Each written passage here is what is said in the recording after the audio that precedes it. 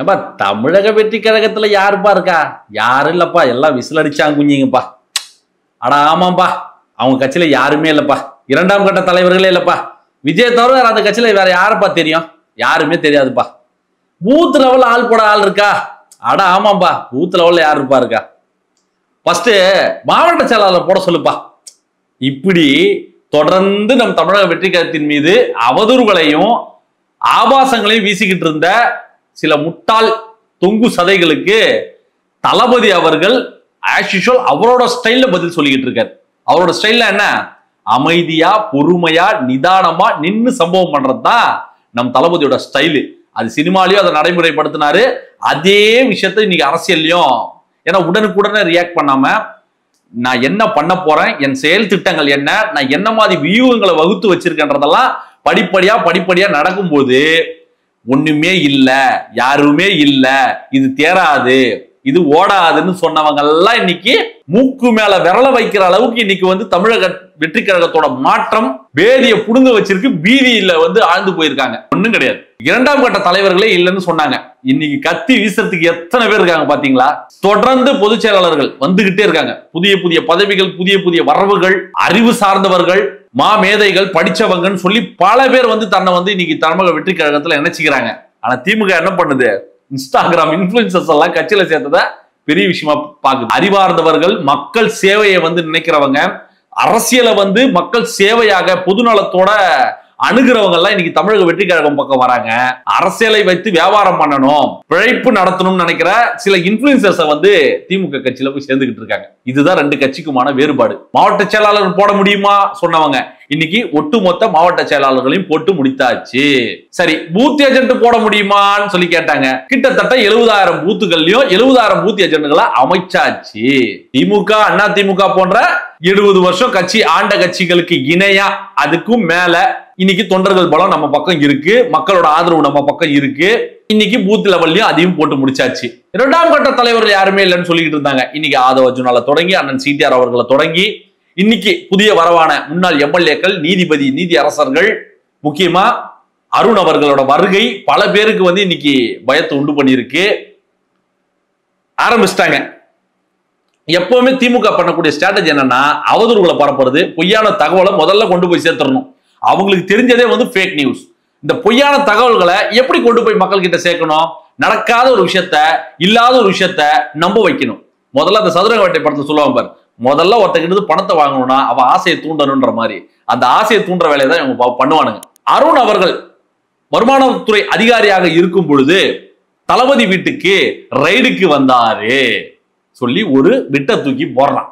அந்த பொய்யான ஒரு ஃபேக் வீடியோ வந்து இன்னைக்கு சோசியல் மீடியால நேற்று எல்லாம் பயங்கரமா ஸ்ப்ரெட் ஆயிட்டே இருந்தது. அதுக்கு பத்திரிகையாளர் சந்திப்பிலே வந்து அருண் அவர்கள் வந்து அதுக்கு விளக்கம் கொடுத்துட்டாரு. அது நான் கிடையாது, நான் இல்லைன்றது. ஆனா இன்னைக்கு அருண் அவர்களோட முதல் காணொளி விகடன்ல வந்து இன்னைக்கு ரிலீஸ் ஆயிருக்கு. பார்க்காதவங்க போய் பாருங்க. முதல் பேட்டிலேயே வந்து திமுகவை கிழிச்சு நாரா தொங்க விட்டுருக்காரு மனுஷன். அப்படி போட்டு பழகிறாரு. ஆங்கரும் வந்து மடக்கி மடக்கி கேள்வி கேட்கிறாரு. அவர் எதுலையுமே சிக்காம ரொம்ப நேர்த்தியா தெளிவா தீர்க்கமான ஒரு பதில்களா அந்த பதில்கள் இருந்தது. அதுல ஆங்கர் கேட்கிறாரு, நீங்க தானா மேன் சொல்லி. நான் சொல்றதை விட, நான் பேசி உங்ககிட்ட எக்ஸ்பிளைன் பண்றதை விட அவரே என்ன சொல்லியிருக்காருன்றத அந்த காணொலி மூலியமா நீங்க கொஞ்சம் பாருங்களேன். விஜய் அவர்களோட ரைடு பண்ணதே நீங்க தான். நீங்க அவர் கட்சியிலே போய் சேர்ந்துட்டீங்க. அது உண்மையா என்ன நடந்தது? நீங்க தான் ரைடு பண்ணீங்களா விஜய் அவர்களை? எப்படி விஜயோட அறிமுகம் உங்களுக்கு கிடைச்சது? நிறைய பேர் நேத்துல இருந்து சோசியல் மீடியால வந்து ஒரு தவறான வீடியோ போட்டு அது நான் தான் சொல்றாங்க. இன்ஃபேக்ட் அது என்னோட லீக், அவரு அது நீங்க இல்ல, அது நான் இல்ல. ஏற்கனவே சொன்ன மாதிரி நான் 2016 இருந்து 2019 வரைக்கும் தான் நான் ஒர்க் பண்ணேன். இந்த சர்ச் 2020 நடந்தது. இன்ஃபேக்ட் 14 வருஷமா எனக்கு தெரியும் அவரை. பாத்தீங்களா? அந்த உங்களுக்கு தெளிவா புரிஞ்சிருக்கும். 2016 இருந்து 19 வரைக்கும் தான் அவர் அங்க இருந்திருக்காரு. அதுக்கப்புறம் ஒரு ப்ரொமோஷன் கிடைச்சு அவர் டெல்லிக்கு போயிட்டாரு. அதாவது மத்திய துறைக்கு, அந்த சென்ட்ரல் கவர்மெண்ட் ஒர்க்குக்கு அந்த பக்கம் போயிட்டாருன்ற மாதிரி அவரே அவர் வாயாலேயே சொல்றாரு. இந்த ரைடு நடந்தது, தளபதி அவர்கள் வீட்டு ரைடு நடந்தது 2020க்கு அப்புறம். அப்ப எப்படி நான் அங்க இருந்திருக்க முடியும்னு அவர் தெளிவா சொல்றாரு. ஆக திமுக தெரிந்தே அந்த ஃபுட்டேஜை ஷேர் பண்ணியிருக்காங்க.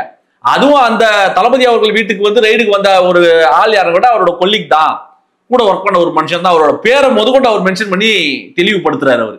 இதுக்கு மேல உங்களுக்கு என்ன வேணும்? ஆக திமுகவுக்கும் நல்லாவே தெரியும் இது நம்ம பரப்புறது பொய்யான ஒரு செய்தி தான், தெரிஞ்சே பரப்புவோம். இப்படிப்பட்ட நோக்கம் இருக்கவங்க மக்கள் நலனை பத்தி யோசிப்பாங்களா? பொய்ன்னு தெரிஞ்சே பரப்புங்கன்னு சொல்லக்கூடிய ஒரு ஐடி விங் கிட்ட போயிட்டு மக்கள் பிரச்சனை பத்தி பேசணும் நம்ம எதிர்பார்க்கிறது எந்த விதத்தில் நியாயம்? இவங்க இன்னைக்கு நேத்து இப்படி பண்ணல, புதிதாக வரக்கூடியவர்களை எல்லாருக்குமே அவங்க பண்ணக்கூடிய ஒரு ஸ்ட்ராட்டஜி தான் இந்த மாதிரியான பொய்களையும் அவதூறுகளையும் ஆபாசங்களையும் அள்ளி அள்ளி வீசுறது தான் இவங்களோட வேலை. இப்படிப்பட்ட ஒரு ஐடி விங், இப்படிப்பட்ட கட்சி நிர்வாகிகள் கிட்ட மக்களோட பிரச்சனை எப்படி சொல்லி புரிய வைப்பீங்க? மக்களோட கஷ்டம் அவங்களுக்கு எப்படி தெரியும்? நாங்க ஒரு விஷயத்த உண்மையை கொண்டு வந்து வச்சோம்னா அங்க அப்படி ஒண்ணு நடக்கவே இல்லையேன்னு சொல்லி பொய்யான செய்தியை மக்கள் கிட்ட கொண்டு போய் சேர்க்கறதுனால அவர்கள் நிரூபிப்பது என்ன? இதை நம்ம தெளிவுபடுத்தணும். இது மக்கள் கிட்ட கொண்டு போய் நம்ம சேர்க்கணும். ஏன்னா உண்மையை விட பொய் ரொம்ப வேகமா போய் சேருது இல்ல. இன்னைக்கு அருண் அவர்களே வந்து தெளிவுபடுத்திட்டாரு, அது நான் கிடையாது, திமுக தொடர்ந்து பண்ற வேலைதான். அதை மட்டுமா பண்ணாரு அவரு? அந்த காணொலியில வந்து தொடர்ந்து பொழந்து கட்டியிருக்காரு. இது மன்னர் ஆட்சி, இது ஜனநாயக முறையில நடக்குது அந்த ஆட்சி, இங்க என்ன நடந்துகிட்டு இருக்கு, இவங்க கிட்டத்தட்ட பிஜேபி கிட்ட சரண்டர் ஆயிட்டாங்க சொல்லி பொழந்து கட்டியிருக்காரு. அந்த காணொலி முழுக்க வந்து ரொம்ப கிளியர், கிறிஸ்டல் கிளியரான பதில்கள். நீங்க அந்த வீடியோ நீங்க போய் பாருங்க, இல்லைன்னா கூட நான் டிஸ்கிரிப்ஷன்ல லிங்க் கொடுக்குறேன் அந்த இன்டர்வியூ, நீங்க போய் பாருங்க. தெளிவா போட்டு நாரா கிழிச்சு தொங்க விட்டுருக்காரு. இங்க டெமோக்ரஸின்றது இந்த தமிழ்நாட்டுல எங்க இருக்கு, இங்க காவல்துறை என்ன மாதிரி அணுகுமுறை இருக்கு, என்ன மாதிரி அணுகுறாங்க ஒரு விஷயத்த சொல்லி தெளிவா கிளீனா சொல்லியிருக்காரு. இனி அவரோட ஆட்டம் என்ன, அவர் என்ன மாதிரி செயல்பாடுகள் இருக்குன்றத பத்தி எல்லாம் எக்ஸ்பிளைன் பண்ணியிருக்காரு. இந்த திமுகவோட நரேட்டிவ் எப்படி இருக்கு பாருங்க. தளபதி கூட எந்த ஒரு கட்சிகளும் வந்து எண்ணி தரக்கூடாது, தளபதி எதுவும் பேசிடக்கூடாது. ஏன்னா ஆல்ரெடி தளபதி எங்கன்னா வெளியே வந்தாலே வந்து இவங்களுக்கு வந்து மரண பயத்துல இருப்பாங்க இவங்க. ஏன்னா அவர் எங்க பேசிட போறாரு, என்ன அறிக்கை வந்துட போகுது, அதுல நம்ம இந்த வாட்டி எந்த அடி அடிச்சிருக்காருன்ற பத்தி எல்லாம் பார்த்து ஒவ்வொரு நாளும் நடுங்கி போயிருக்கிற கட்சி இன்னைக்கு திமுக. அதுவும் அந்த ஐடி விங் வந்து சொல்லவே வேணாம். ஐயோ எந்த நேரத்துல எந்த கல்ல தூக்கி நம்ம தலைமையில போட போறாங்களோன்னு சொல்லி பயந்துகிட்டு இருக்கு. மக்கள் ஏதாச்சும் அவங்களோட குறைகளையோ பிரச்சனைகளையோ ஏதாச்சும் ஒண்ணுத்த வந்து காணொலி மூலியமாக இந்த சோசியல் மீடியாவை தெரியப்படுத்தணும், நம்ம பிரச்சனைகள் மக்களுக்கு தெரியணும்னு சொல்லி அவங்க ஏதாச்சும் ஒரு விஷயத்த பண்ணாங்கன்னா அந்த பேசுறவங்களே அசிங்கப்படுத்துறது. அப்படித்தான் வந்து இந்த கிளம்பாக்கத்துல வந்து பேருந்துகள் வந்து சரியான முறையில வரல, இங்க பேருந்துகள் வந்து ரொம்ப கம்மியா இருக்குன்னு சொல்லி பயணிகள் எல்லாருமே சேர்ந்து அங்க சண்டை போட்டுக்கிட்டு இருந்தாங்க. அங்க ஒரு பெண் வந்து அவங்களோட கவலைகளையும் அவங்களோட கஷ்டங்களையும் அவங்க தெளிவுபடுத்துறாங்க. அவங்க கொஞ்சம் அக்ரெசிவா இந்த திமுக அரசை எதிர்த்து பேசுறாங்க. அவங்கள வந்து அந்த வீடியோ எடுத்து கொச்சைப்படுத்தி அசிங்கப்படுத்தி திமுக ஐடி விங்ல இருக்கக்கூடிய ஒரு சில டுபாகூர் யூடியூப் சேனல்ல வந்து அவங்களை அசிங்கப்படுத்தி பேசுறாங்க. தளபதி பத்தியோ வெற்றி கழகத்தில் இருக்க நிர்வாகிகள் பத்தியோ எந்த ஒரு விஷயம் இருந்தாலும் அதை முதல்ல எடுத்து அவங்கள பத்தி கேரக்டர் அசாசினேஷன் பண்ணி அசிங்கப்படுத்தி ஆபாச புனைவுகளோட எடுத்து எக்ஸ்போஸ் பண்றதுதான் இவங்க வேலை. தொடர்ந்து இந்த மாதிரி வேலைகளை தான் வந்து திமுக பண்ணிக்கிட்டு இருக்கு. இதுக்கு மேலேயுமா இந்த பழைய ஜெய்சங்கர் டெக்னிக் இன்னுமா நீங்க யூஸ் பண்ணிட்டு இருக்க போறீங்க? இன்னைக்கு அதுக்கான பதில் வந்துருச்சா? இன்னைக்கு தொடர்ந்து சோசியல் மீடியா ஃபுல்லா வைரல் ஆயிட்டு இருக்கு. அது நான் கிடையாது, என்னோட கொல்லிக்குன்னு சொல்லி அவர் முடிச்சு விட்டாரு. வேற ஏதாச்சும் புதுசா யோசிங்கயா. சத்தியமா நீங்க வந்து பயங்கரமா எக்ஸ்போஸ் ஆயிட்டு இருக்கீங்க. உங்களோட பயம் உங்களை காட்டி கொடுக்குது. வரக்கூடிய தகவல்கள் அப்படி இருக்கு. இன்னைக்கு பேசக்கூடிய திமுகவை ஆதரிச்சு பேசக்கூடிய பத்திரிகையாளர்களுக்கே தெரியும் தளபதிக்கான ஆதரவு எந்த அளவுக்கு இருக்கு. பெண்கள் மத்தியிலையும் இளைஞர்கள் மத்தியிலையும் தளபதிக்கான அந்த வரவேற்பு எப்படி இருக்கு. 10ல 7 பேர் வந்து தளபதி ஆதரிச்சு ஓட்டு போடுறான். அந்த கருத்து கணிப்புல 10ல 7 பேர் வந்து வெற்றி கழகத்துக்கு ஆதரவா பேசுறாங்க. அவங்களுக்கே நல்லா தெரியும் தளபதிக்கான வரவேற்பு எப்படி இருக்குன்றத. ஆனா உண்மை ஒரு பக்கம் இருக்கு, பொய்யத்தானே சொல்லிக்கிட்டு இருக்காங்க. அது அவங்களுக்கும் தெரியும், பொய் பேசக்கூடிய பத்திரிகையாளர்களுக்கும் தெரியும், திமுகவுக்கு ஆதரவு சொம்படிக்கக்கூடிய பத்திரிகையாளர்களுக்கு நல்லாவே தெரியும் தளபதியோட வரவேற்பு எப்படி இருக்கு. இந்த 4 வருடங்கள்ல வந்து ஆன்டி இன்கம்சி எந்த அளவுக்கு இருக்குன்றத பத்தி எல்லாம் எல்லாருக்குமே நல்லா தெரியும். என்ன சொன்னீங்க என்ன செஞ்சீங்கன்றதெல்லாம் நீங்க மக்கள் கேட்க ஆரம்பிச்சிருக்காங்க. மக்கள் வெறுத்து போயிருக்காங்க. இதுல ஃபேக் நரேஷன், சவுக்கு சங்கர் மாதிரியான ஆட்கள், இன்னும் சில பத்திரிகையாளர்கள்லாம் சேர்ந்துக்கிட்டு ஏதாச்சும் ஒண்ணு பண்ணிடணும், ஏதாச்சும் ஒரு பொய்யை பரப்பிடணும்னு சொல்லி. அதுதான் ஒருத்தர் சொன்னாரு, ஒரு பத்திரிகையாளரோ யாரோ சொன்னாங்க, என்ன ரொம்ப அழகா பேசியிருந்தார் அவர். என்னன்னா, தளபதிக்கு எதிராக திமுக அண்ணா திமுக 2 பேருமே சேர்ந்து களமாடினாலும் தளபதியோட மாசுக்கு முன்னாடி அவங்க நிக்க முடியாது. ஏன்னா இவங்களோட அந்த ரசிகர்களோட அந்த வரவேற்பு, அவருக்கான அந்த மாசு கொஞ்சம் கூட மெச் பண்ணவே முடியாது. சோசியல் மீடியாவும் சரி களத்திலையும் சரி. இவங்க என்ன மாதிரியான அவதூறு தாக்குதல்ல கொண்டு வந்தாலும் அதை உடனுக்குடனே வந்து நிறைவேற்றி அதை வந்து எப்படி சொல்றது, அதுக்கான ப்ரூஃபை கொடுத்து இன்னைக்கு வந்து அடிச்சு நவுத்திக்கிட்டு இருக்காங்க. விசுவாச கூட்டம், கூலிக்கு மாரடிக்கிற கூட்டம் இல்ல, விசுவாச கூட்டம். இன்னைக்கு அண்ணன் வேல்முருகனோட நிலைமை என்ன, போக்சோ பாய்கிறது நியூஸ் வந்துச்சு பாத்தீங்களா? ஒரு வழக்கறிஞர் வழக்கு தொடுத்து போக்சோ பாய்கிறதா நியூஸ் ஓடிக்கிட்டு இருக்கு. எதுக்கு? உங்க முதலாளி பேச்சை கேட்டு இப்ப உங்களுக்கு அந்த மாதிரியான ஒரு தேவையா? கண்ணியமான தலைவர் தான், மக்கள் நலனை பத்தி பேசுறதுன்னு சொல்லி நம்பிக்கிட்டு இருந்தாங்க இத்தனை நாள் மக்கள். இன்னைக்கு எக்ஸ்போஸ் ஆயிட்டீங்களா?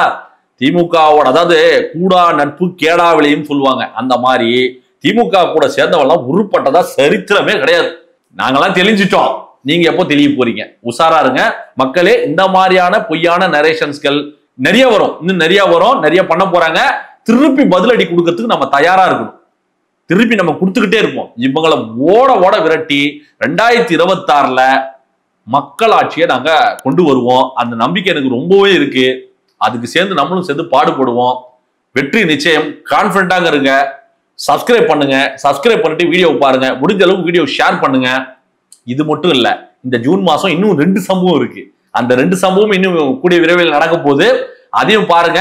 அதுக்கப்புறம் இன்னும் மிகப்பெரிய கதறல் ஒண்ணு இருக்கு, திமுக காரங்களுக்கு நடக்க போகுது. தலைவர் ஒரு செயல் செய்ய போறாரு. அது நான் சொல்றதை விட நடக்கும் போது தெரியும். பாருங்க, சப்ஸ்கிரைப் பண்ணிட்டு சப்போர்ட் பண்ணுங்க. நன்றி, வணக்கம்.